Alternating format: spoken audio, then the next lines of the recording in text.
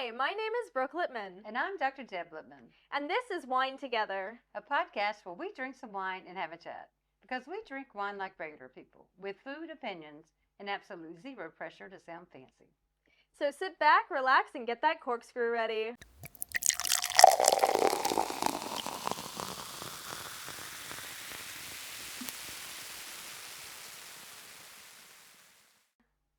Oh, we did it. We did Oh it. my gosh. Okay, so today, Prost. Toast. We're drinking a Swiss wine, and I gotta tell you, it's a sweet little bottle of wine. And I mean that in those terms exactly. Mm-hmm. It is sweet, and it's a little bottle of wine. It's about, 50 centiliters, and it will last a long time in this household. Mm-hmm. Because it's so sweet, it's almost like drinking a liqueur after a meal.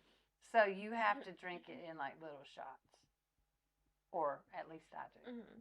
It's just too sweet for me. What do you think? Yeah, it's not my favorite. Not the biggest fan. Mm-mm. I feel like I'm drinking strawberry soda in the summer. Mm-hmm. I just happen to get it's got a teeny tiny bit of alcohol in it. And I'm serious, like, half or less than most bottles of wine. So anyway, and so I was trying to figure out, I've had a lot of sweet wines because, I've had wine from North Carolina. Mm-hmm. There are a lot of sweet wines there. They're not all bad, but it's just not something I like when I want a glass of wine. Mm-hmm. I want something that'll go with my food. Mm-hmm.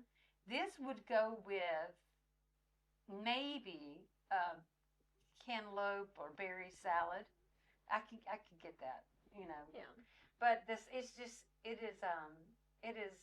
sweet. So and I was trying to learn about why are some ones sweeter than others, and I asked the question, as I was researching, I was looking, for different ways to try to find this information out, and sometimes it was just automatic. Mm-hmm. I try not to use the AI too much because you're yelling at me about that. Yep. And so, but sometimes it pops up. So I have to go to other sources. And so when I went to another source, my question was very specific. And I think when my questions are very specific, I did get that word out correctly the first time. I think when my questions are very specific, yeah, it's heavy and so it's falling. Sorry. Maybe that'll be better. When my questions are very specific, they, AI jumps in because they like that specific question. Mm-hmm. And so my question was, are sweeter wines lower in alcohol? Because, I've noticed that a lot of the sweet wines that I've had in the past do have a lower alcohol content. Yeah. And so it's the answer, for the most part, in general, is yes. Mm-hmm. But, there are some exceptions. And I haven't found that exception. I don't know what it is. So, but it's because there was less sugar fermented. Mm-hmm. And so since the sugar didn't go into the fermentation, it stayed in the glass or in whatever, you're making your wine in. And that's why, it's sweeter but less alcohol. So I thought that was kind of interesting. Mm-hmm. Interesting little fact to learn. And I was not part of the winemaking process that you and your father did because I was not here that summer. Mm-hmm. So please, I do want to, you got to just jump in just a teeny bit about your learning experience with trying to make wine. I mean, I don't know. We followed a video, and we had to keep going back to the video, but we didn't have that many grapes, and it did not make a lot, and so it kind of just didn't end up being wine. Yeah, and these were grapes we grew on our balcony. Yeah. Okay. Mm-hmm. Yeah, and so we did try it. Mm-hmm. It had fermented for whatever the time allowed us, and obviously, it could have fermented longer. We could have done so many things differently, but we were all just kind of excited to see if it was gonna be something we might want to try more in the future. We do not. Yeah, I'm just telling you, it sucked. I mean, it's not even as bad. Like, this tastes like, again, like a strawberry soda Or, my very, very, very first sip. And if those of you happen to see our Instagram post and you bought the wine and you're sipping with us on that first sip, my very first sip to me was like cough medicine. But now, once I get the second and third sip in, it's like a strawberry soda. And so, by the time I had said strawberry soda, I'd already had another sip. So it's just kind of, But anyway, there are a couple exceptions to the sweet but not low alcohol. And the one I remember the most is a port.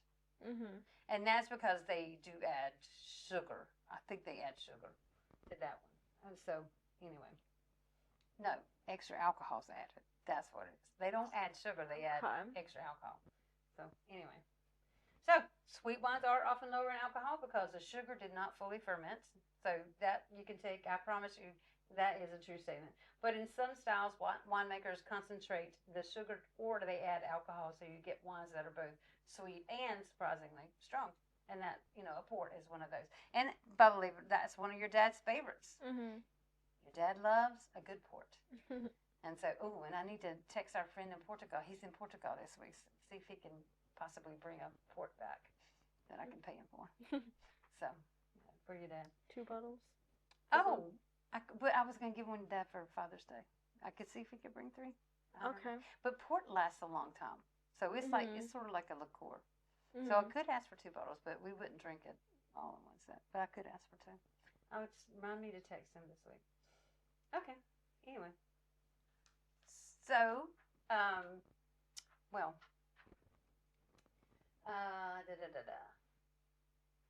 sweet little bottle. And it's funny how that term came to me because when I was, in high school, I was taught for my writing, any writing classes I had to do, that it was so important to describe something, because in writing and in things like a podcast, you don't always get to see the picture. So, but with ours, there's lots of options to get to see. So, immediately when I saw this bottle and I tasted it, I was like, oh, that it just popped right into mind. This sweet little bottle of wine. And so I think that's kind of stuck with me. Sweet little bottle of wine, and but when I say it, it sounds so nice. And I'm not saying it's a bad thing. I mean, we bought 2 bottles because we usually have one with dinner, and we practice it, and we taste it, and we go through all the little motions behind the scenes, and then we share it on the podcast. We're not sharing the second bottle. No. We're still on the first bottle. So we have 2 sweet little bottle of wine, and it's just kind of funny that this one didn't quite work out, but I think your dad really likes it. And with now the weather warming up. Well, what I was going to say is we can make some sangria with it. Yes, that's exactly what I was going to say. Like we said in the last episode with watermelon. I said watermelon and something for sangria. Yes, because your dad loves this kind of wine. And the balcony is we're preparing the balcony for the spring, summer. And, we're kind of working out there a little bit at a time. And so we're kind of bringing things together. We're getting the lights out and, we're cleaning the furniture. And wow, yes, a good sangria is exactly what we need. And there's this sweet lady that runs a restaurant in Zolotern, but she lives in Darendingen, the same little dorf that we live in. And so she makes her own sangria and sells it at her restaurant. So I want to take you to try her sangria soon, before I take off. So, let's see, probably around May 15th or so. Okay. Soon after Mother's Day, we'll go and have that together. Do you know where it's at? Do you know where I'm talking about? Okay, and so we'll have her sangria. We'll do it as a dessert with our crepes. It's good. I mean, she's got a great recipe. I don't know if she'll give us the recipe, but we'll tell her that. We're thinking about making it. Maybe we'll do that for if we make our own sangria, we could do that for an episode. Oh, that would be fantastic. I think that I really think people would like that. We could do it in We our could share the recipe. We could do it in our new fish decanter. Oh, we have such a cute. Okay, so so it's sold as a vase. It's a pitcher. I thought it was a water pitcher. Yeah. It is a water pitcher. Or at least it's sold it's sold in the U.S. as a water pitcher. Lots of you have seen them. It's on Wayfair. They have them in all these cute little stores like Home Goods and stuff. It's a fish pitcher, the water pitcher. Many of you probably already have them. We just got our first one. I've been wanting one for years. And we had coupons. And we got it without paying any money. And so I was like, I am spending my points on this. And we are so excited about it because it's this beautiful dark cobalt blue and it's a bigger size. And so we're actually going to use it as a decanter also. It's not just a water pitcher here. It will be our wine decanter. So absolutely, we can put our sangria in that and pour from that. Because what a great thing to have. So we're super excited about that. Yes. But anyway, we need to talk about what we paired this one with, because this was not something easy for you to do. No. Okay. It was complicated to look it up because I think online on the internet this wine does not exist. It's a Swiss wine. This wine does not exist on the internet. Too fast. But anyway, well, it's on the Instagram. It is on the Instagram page. You can look at it. I couldn't find it on anywhere. So I was trying to look up what to pair fruit wines with. That didn't work because it thinks I'm asking what fruit to pair with wine. So I did have to use AI because it was the only thing that gave me any kind of answer. And I saw pork as one of them, and I was like, well, I still want to have like berries with it because it's a berry wine. So I found a recipe for a blueberry balsamic, like sauce gravy. Well, it was like what's it? Reduction is what it's called, right? When you have to do a reduction, so it's called a reduction, right? Something like that. Anyway, so I got some pork chops. I wasn't happy with the pork chops because I didn't like that they had a rind on them. And then you made mashed potatoes, and I put the thyme and the mint on the pork like I did last time. And I put the blueberry balsamic, and I really liked that blueberry balsamic. I thought it was really good. I would do it again. It would be really good with steak, I think. Yeah, I think it would. Actually, I think it would be good on chicken, too. You know what? I think it'd be good on fish. Anything. It would be good on fish. Because it was sweet, but that acid from the balsamic, my goodness gracious, the smell was so awful. I hated the smell of it. It tasted so good. When you use a lot of balsamic, I'm not crazy about that filling the kitchen. Because it surpasses your nose and goes right to the back of your throat. Like the smell goes, it misses your nose, it goes through your sinuses into the back of your throat. And it was awful, but it tasted so good. Yeah, I liked how you prepared the pork chops. They were like a braised pork chop, and like you said, we had mashed potatoes on the side. But the blueberry sauce, I know, reduction, I'm sorry. I'm going to call it I don't know. I think because it wasn't really a thick sauce. It was just kind of a thin, it did not get thick. But the blueberries were perfect with this wine. And, you know, that was the funny thing. I could see a few ones being good with this meal. And so, of course, we just, we're trying to find something to go with this one.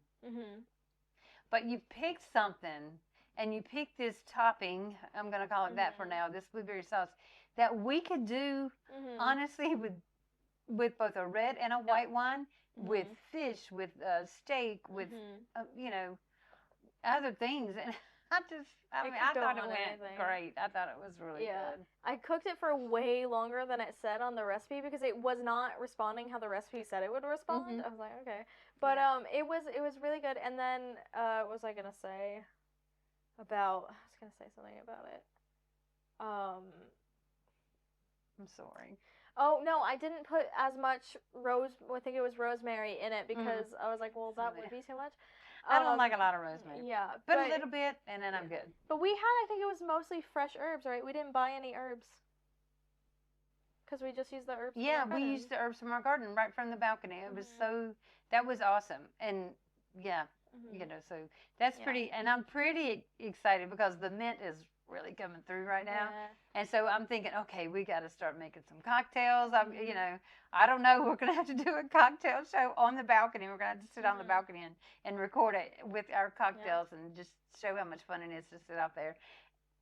Because, yeah, I mean, the fun stuff is happening right now. I love spring because of this. The flowers are blooming. Yeah. You know, I love the green. Trust me, I love the green of the forest, especially in the summer. It's cooler in the forest. I can take my meditative walks. And I love that green. But right now in spring, I mean, the purple flowers, the yellow flowers, everything's, you know, kind of blooming. And it looks so pretty. And so, yeah, and I get excited about, you know, getting to be outside. Yeah. Okay. So, yeah, I think, yeah, on paper, we kind of had a good pairing. Yeah. I thought, you know, this is going to work out, but the wine to me was just a little too sweet. Your dad and I tried it with dessert. Yeah. With some ice cream. It actually worked really well. Yeah, it's probably more of a dessert wine. It was so good with vanilla ice cream. And we didn't like put the ice. I mean, trust me, I have put ice cream in my wine. I've done that. I'm not above that. But I didn't this time. I just let him scoop me, you know, a scoop of vanilla. Oh no, it was the tricolor because I had strawberry, chocolate, and vanilla in my dish. But sipped the wine with it behind a couple of bites, and I was like, this works well for me. But yeah, I think if not for the blueberry sauce, I wouldn't have been able to do it.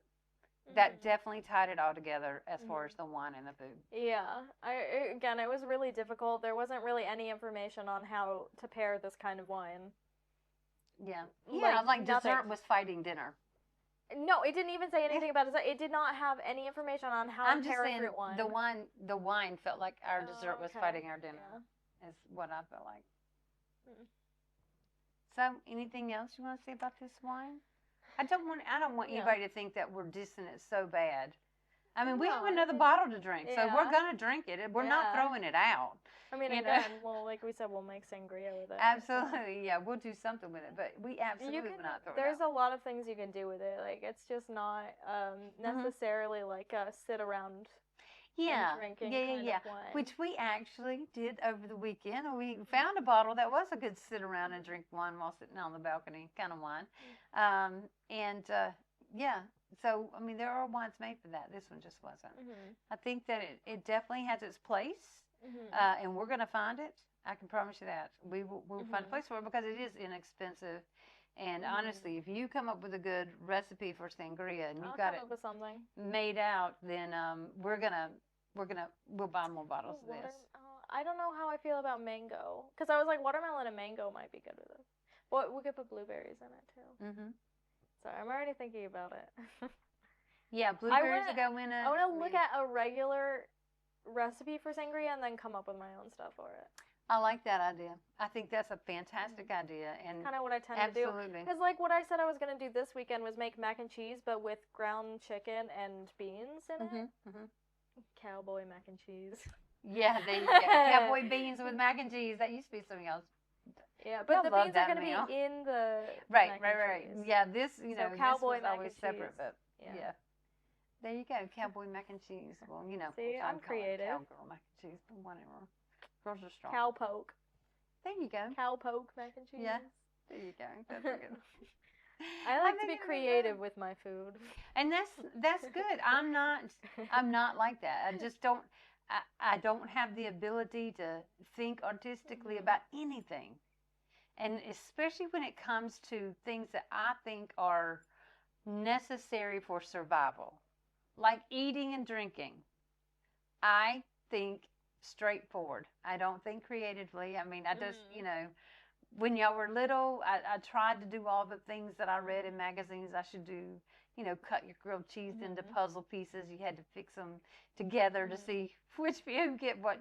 You know, you had to put your sandwich together. I mean, I did things like that, but only because I had read it in a magazine or something, or, you know. And I had, you know, one friend in Maryland where you were born, she, you know, was very creative, very artistic. And she would try to tell me little things that she had done. And I tried following along, but she was much better at it than I was. Well, I have to be because I've been like eating a lot healthier, but I also absolutely like I hate salad, like anything Yeah. with leafy greens. So I've been trying to find ways to eat healthy, like including my vegetables without having to eat any salad. Yeah. So I've been doing pretty good though. Yeah, I can understand that. I love salads, so I'm opposite on you there. I Mhm. mean, I was so happy with my salad today at lunch, and it was just a normal. I threw down lettuce, tomato, onions, carrots, cucumbers, and a hard-boiled egg on it, and I was happy. Like, I mean, I felt like I had done something fancy, which is so silly because it was very not fancy. It was just take the stuff out of the fridge and do something on a plate. So that's funny. I don't know why you don't like salads, but I hate leafy I greens. love them. They're disgusting. Love I my do not salad. like lettuce. Like, no. And I put lettuce on everything. Mhm. I put it on my wraps, on my sandwiches, on my burgers, and of course I build a salad as that as my base. Yeah. I mean, like I have found salads that use a different base than like any kind of leafy green because I'm also not a big spinach fan. I like spinach if it's been like cooked or like grilled, but any other way, not really. And I despise sprouts and arugula and kale are both disgusting. So yeah, I just don't like the leafy greens. I can understand that, but I'm starting to think, I guess I'm warming up to the one. Because I'm thinking, I'm not a great big fan of arugula either, but I think I could handle arugula and raspberries with this one. I don't know. Maybe I can make that salad. And little goat cheese, not goat. Yeah, I could do goat cheese, but I was thinking feta. Well, feta is goat cheese. Oh, I didn't know that was made from It's goats. made from. It has to be mainly goat, but it can also have a little bit of lamb. Well, I didn't know that. Oh, there's our. Yeah. There's I learned that the other day. Education portion today. I learned it the other day because I went into this like weird like rabbit hole about if you're allergic to cow's milk, are you also allergic to goat milk? Oh, like if you're not like a dairy allergy, like a specific cow milk allergy, would you also be allergic to goat milk and sheep milk? And from what I understand, not always, but sometimes. So, like, if you have an anaphylactic reaction to cow's milk, you maybe might get like hives from goat milk and sheep milk, but not necessarily, but not like right. But sometimes you would have the same reaction. And then I was wondering about feta. I was like, is it made from cow's milk? And I found out that no, it's mostly goat milk, and to be certified as feta, it has to be a majority goat milk. I can't remember how much, but like a majority of it has to be goat milk, but it can also be made from sheep's milk. You're just like Alice in Wonderland. You just drug all of us down that rabbit hole, didn't you? I did this with something and else I was the other into day. it. I was feeling myself being drugged, and I was still like going for it. I did not know this about feta. I did, and then here's the thing: there are some cheeses that I love my buffalo mozzarella, and I know I've already told y'all. I just discovered it's actually not called buffalo mozzarella. You know that, right? It's Buffalo. I know it's Buffalo, but it's still I'm Southern American, and it comes out the wrong way when I say it. So Buffalo mozzarella. But I just discovered that burrata a few weeks ago, and I'm telling you, I did not know my life could get any better. But I'm telling you, those cheeses, because I've had the Buffalo, I've learned it. It's probably 5 years ago when I discovered that. And just those, my goodness gracious. My goodness gracious. I love Italy. I also, I think it actually... Good wine, good cheese. When I was looking up the feta, I think it actually started from me wondering what is the best cheese for you, like if you're trying to eat more protein and stuff. Yes. And feta is like the top That's the one I need to be eating. It has Should like put it on protein. my salad today. I think it might have some fiber. It's like really, really good for you. So I should have put it on my eggs this morning, and I should have put it on my salad this afternoon. And I have failed on both of those. I'm going to do better tomorrow. You've got the feta here. I will definitely be putting it on my food. Especially because we got to get through it. I can't be the only one eating I know. We've been through this a lot with all the things that we get. I can't be the only one eating it because we don't go through them fast enough. Yeah, I just, I definitely need to be working harder at remembering those little things. And I'm going to be. Like, I finally remember to go for a walk after a meal today. So I'm getting there. A little bit at a time. But, I just really don't know what else to say about our sweet little bottle of wine. So I think that's good. Yep. We'll be back next week with a new bottle of wine and a new food pairing. In the meantime, if you want to join the conversation, you can follow us on Instagram, TikTok, and Blue Sky at Wine Together Pod. Join our Facebook group, Wine Together Podcast. Send us an email, winetogetherpodcast@gmail.com. And if you don't want to miss out on our regular weekly episodes, you can find us wherever you get your podcasts, as well as liking, subscribing, and commenting on our YouTube, Wine Together Podcast.